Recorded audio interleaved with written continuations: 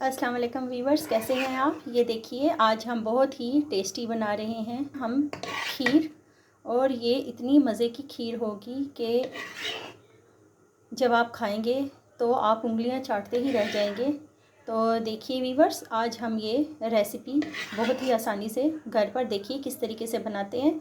तो ये देखिए, ये हमारी खीर बहुत ही मज़े की बनी है। तो आइए देखिए वीवर्स, आइए आज हम अपनी रेसिपी की तरफ चलते हैं। बिस्मिल्लाहिर्रहमानिर्रहीम। अस्सलाम वालेकुम। कैसे हैं वीवर्स आप। तो देखिए वीवर्स, आज हम बना रहे हैं बहुत ही टेस्टी स्मूथ और गाढ़ी खीर। तो देखिए, हमने तकरीबन 1 लीटर दूध की हमने ये बनानी है खीर। तो देखिए, हम पहले दूध इसमें शामिल कर रहे हैं। तकरीबन दूध हमने 1 लीटर के करीब शामिल करना है। और फिर इसके बाद हमने इसे मीडियम फ्लेम पे हम इसे पकाएंगे कुछ देर तक। और उसके बाद फिर हम बाकी इंग्रेडिएंट्स इसमें शामिल करेंगे। तो देखिए वीवर्स, आज हम ये खीर घर में बहुत ही आसानी से, हम बहुत ही ऑथेंटिक तरीके से खीर किस तरह बनाते हैं घर में। तो देखिए, ये देखिए वीवर्स, आपने इसमें से पानी को ड्रेन कर लेना है और आपने 30 मिनट तक आपने इसको रखना है। और अब आप इसे दूसरी प्लेट में निकाल के इसको चावलों को ड्राई करेंगे। ये सिर्फ आपने हाफ़ कप लिया है चावलों का। और अब आपने इसको ड्राई करके अच्छे तरीके से इन चावलों को आपने ग्राइंड कर लेना है। ये देखिए वीवर्स, ये जो हमने तकरीबन 1 लीटर के करीब दूध लिया था, इसे हमने बहुत 2 से 3 मिनट पकाया है। अब हम इसे इसमें ग्राइंड करके ये सोख किए हुए चावल शामिल करेंगे, आधा कप, जो हमने 30 मिनट पहले भिगो दिए थे पानी में।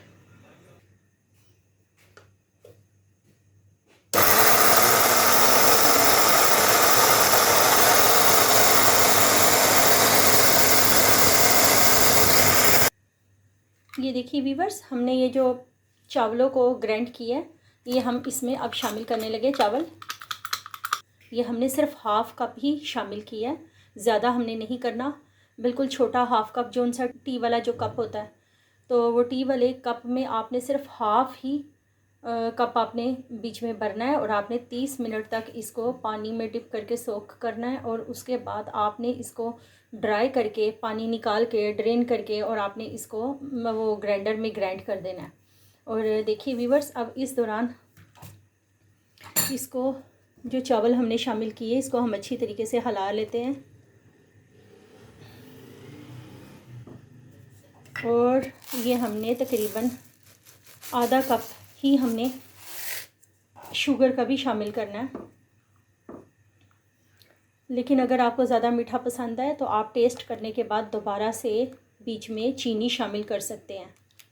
क्योंकि अगर आपने पहले ही बहुत ज़्यादा चीनी शामिल कर दी तो वो बाद में आपके लिए खाना मुश्किल हो जाएगा। क्योंकि कुछ लोगों को घर में, कुछ फैमिलीज़ के ऐसे लोग होते हैं कि जिन्हें इतना मीठा पसंद नहीं होता। तो वो लिहाजा आप उतना ही मीठा डालें ताकि आप बाद में मज़ीद डाल सकें। ये देखिए वीवर्स, हमने इसमें तकरीबन 1/3 डाला है हमने पिसी हुई इलायची का। और इसे हमने हिला लेना अच्छे तरीके से।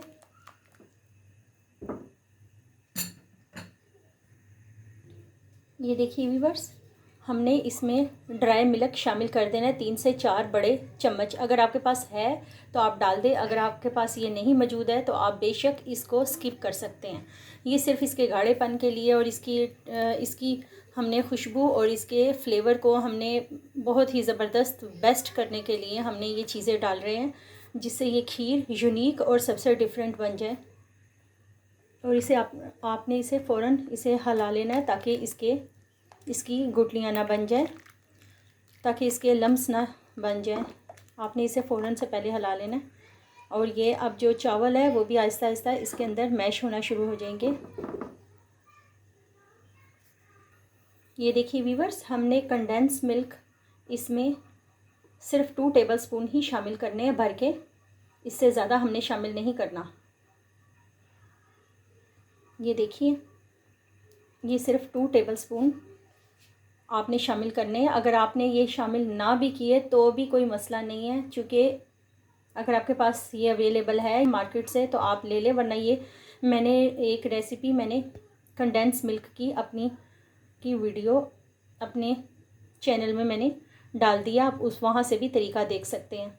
ये तकरीबन 2 चम्मच टेबलस्पून भर के आप इसमें शामिल कर दें, और इससे भी इसका जायका और टेस्ट बहुत ही मज़े का और डिफरेंट आ जाएगा।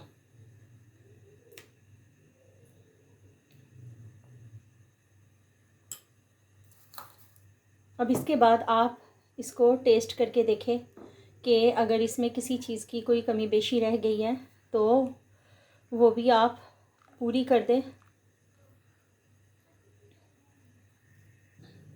ये देखिए वीवर्स, ये सिर्फ 1 पिंच मैंने नमक की ली है, सिर्फ ये 1 पिंच ये आपने इसमें शामिल कर देनी है, बस इससे ज़्यादा नहीं डालना नमक आपने।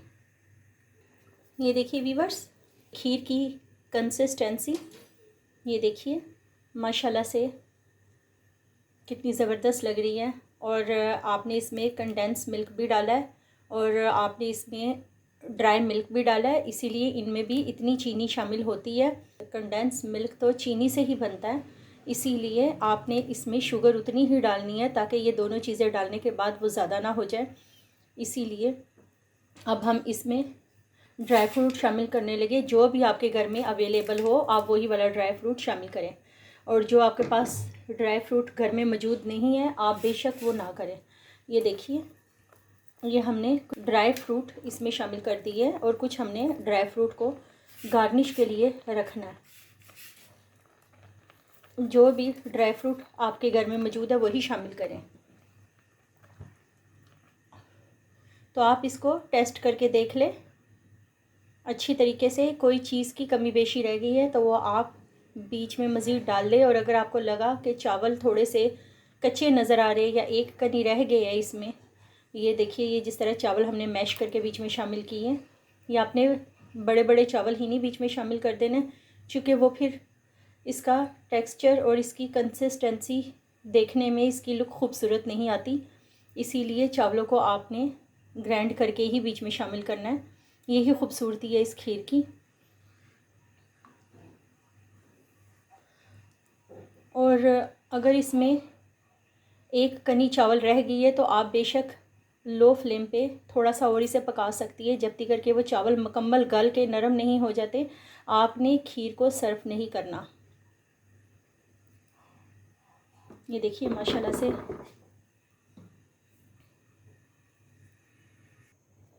ये देखिए, इस दौरान आपने इसमें अरग गुलाब का 1 टीस्पून भी शामिल करना है, बस इससे ज़्यादा नहीं। रोज़ वाटर का आपने 1 टीस्पून आपने इसमें शामिल करना है, छोटा 1 टीस्पून, इससे ज़्यादा नहीं आपने शामिल करना। अगर आपकी खीर ज़्यादा है तो आप 1 टेबलस्पून भी शामिल कर सकती है, लेकिन फ़िलहाल खीर जितनी हमने 1 लीटर के हिसाब से दूध लिया है हमने इसमें सिर्फ 1 टीस्पून ही शामिल करना है, इससे ज़्यादा नहीं। ये देखिए वीवर्स, आपने इसमें लिड देके सिर्फ 5 से 6 मिनट तक बिल्कुल लो फ्लेम पे ही पकाना है, और उसके बाद फिर देखते हैं कि ये इसमें जो चावल की 1 कनी रह गई थी वो भी कंप्लीट हो गई है, तो फिर हम इसे सर्व करते हैं। ये देखिए वीवर्स, अगर आपके पास खोया पड़ा हो या आपके पास घर में थोड़ी सी मलाई पड़ी हो तो आप मलाई भी इसमें शामिल कर सकते हैं, या अगर खोया भी पड़ा हो तो वो खोया भी आप इसमें शामिल कर सकते हैं, इससे ये और भी ज़्यादा गाढ़ा हो जाएगा। तो देखिए वीवर्स, ये हमारे पास थोड़ी सी मलाई पड़ी हुई थी और ये हमने इसमें थोड़ी सी मलाई शामिल कर दी है। अगर आपके पास खोया है तो खोया भी आप शामिल कर सकते हैं।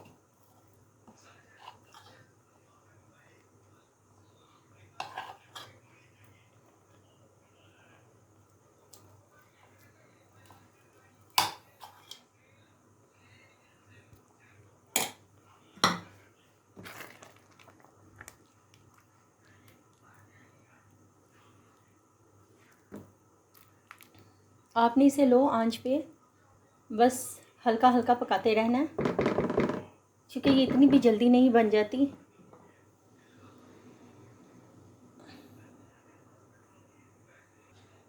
ये आपने 1/4 केवड़ा वाटर शामिल कर देना, 1/4, इससे ज़्यादा नहीं आपने शामिल करना, क्योंकि आप जानते हैं कि ये खुशबू में कितना ज़बरदस्त होता है माशाल्लाह से। और ये देखिए हमारी खीर बहुत हद तक पक चुकी है, यानी तकरीबन पक ही चुकी है।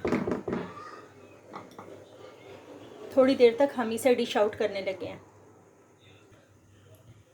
ये देखिए वीवर्स, हमारी खीर बिल्कुल रेडी हो चुकी है और अब हम इसे डिश आउट करने लगे हैं। ये देखिए माशाल्लाह से बिल्कुल परफेक्ट हो गई है। अब हम इसे डिश आउट करने लगे हैं। ये देखिए वीवर्स, हम खीर को डिश आउट करने लगे हैं। ये देखिए बिस्मिल्लाहिर्रहमानिर्रहीम। ये देखिए इसका कलर, इसकी कंसिस्टेंसी कितनी ज़बरदस्त आई है। और ये तो बिल्कुल इसी तरह लग रहा है जिस तरह फलूदे जैसी लग रही है, लेकिन मैंने इसे टेस्ट किया है तो माशाल्लाह मैं आपको सच बताऊं तो बहुत ही टेस्टी और मज़े की बनी है। तो वीवर्स, आप बिल्कुल इसी तरीके से ये खीर घर पर भी बनाएं, तो मुझे पूरी उम्मीद है कि ये बहुत ही ज़बरदस्त बनेगी। ये देखिए अब हम इसमें थोड़ी सी गार्निश करने लगे हैं। ये देखिए माशाल्लाह से आपके पास घर में जो भी अवेलेबल हो ड्राई फ्रूट वो आप इसमें शामिल कर सकते हैं। ये देखिए वीवर्स, ये हमने इसकी अच्छे से गार्निश कर दी है। तो ये देखिए वीवर्स, ये आपको हमारी खीर बहुत ही टेस्टी और लाजवाब लगेगी। और अगर आपने ये मेहमानों के लिए बनाई तो मेहमान उंगलियां चाटते रह जाएंगे। और मुझे पूरी उम्मीद है कि आपको और आपकी फैमिली को और आपके मेहमानों को ये खीर बहुत ही टेस्टी लगने वाली है, क्योंकि ये माशाल्लाह से मैंने टेस्ट किए, ये बहुत ही ज़बरदस्त, इसका जायका, इसका फ्लेवर, इसका अरोमा बहुत ही ज़बरदस्त आया है। तो मुझे पूरी उम्मीद है कि आप इसी तरीके से रेसिपी को घर पे ट्राई करें, बहुत ही अच्छे से बनेगी आपकी फैमिली के लिए। और अगर आपको मेरी ये खीर पसंद आई है तो आप एक दफ़ा इसे घर पर ज़रूर ट्राई करें।